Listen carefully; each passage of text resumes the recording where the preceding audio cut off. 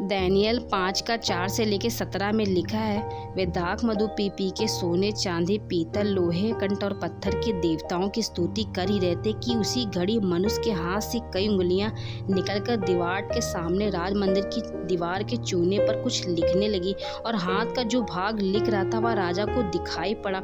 उसे देखकर राजा भयभीत हो गया और वह मन ही मन घबरा गया और उसकी कमर के जोड़े ढीले पड़ गए और कांपते कांपते उसके घुटने एक दूसरे से टकराने लगे।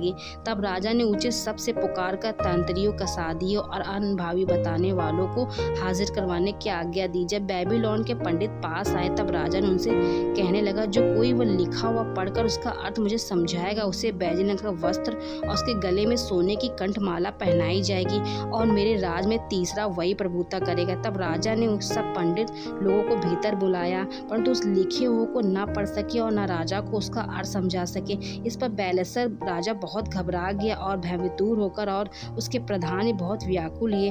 राजा और प्रधानों के वचनों को सुनकर रानी भोज के भवन में आई और कहने लगी, हे राजा, तुम युगायुग जीवित रहे और अपने मन में ना घबरा ना उदास हो।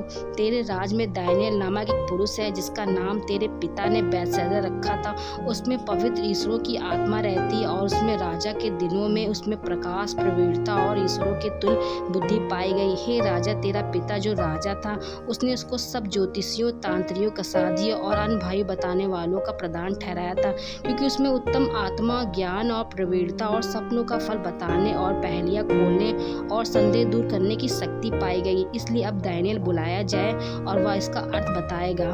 तब दानियेल राजा के सामने भीतर बुलाया गया। राजा दानियेल से पूछने लगे, क्या तू वही दानियेल है जो मेरे पिता नबूकदनेस्सर द्वारा यहूदी देश से लाए हुए बंधुओं में से? मैंने तेरे विषय में सुना है कि ईश्वर की आत्मा तुझमें रहती है और प्रकाश, प्रवीणता, उत्तम बुद्धि तुझमें पाई जाती है।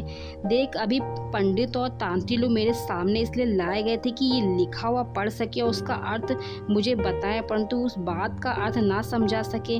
परंतु मैं तेरे विषय में सुना है कि दानियेल भेद खोल सकता है और संदेह दूर कर सकता है। इसलिए अब यदि तू उस लिखे हुए को पढ़ सके और उसका अर्थ भी मुझे समझा सके तो तुझे बैजनी रंग का वस्त्र और तेरे गले में सोने की कंठमाला पहनाई जाएगी और राज में तीसरा तू ही प्रभुता करेगा। दानियेल ने राजा से कहा, अपने दान अपने पास रख और जो बदला तू देना चाहता है वह दूसरों को दे।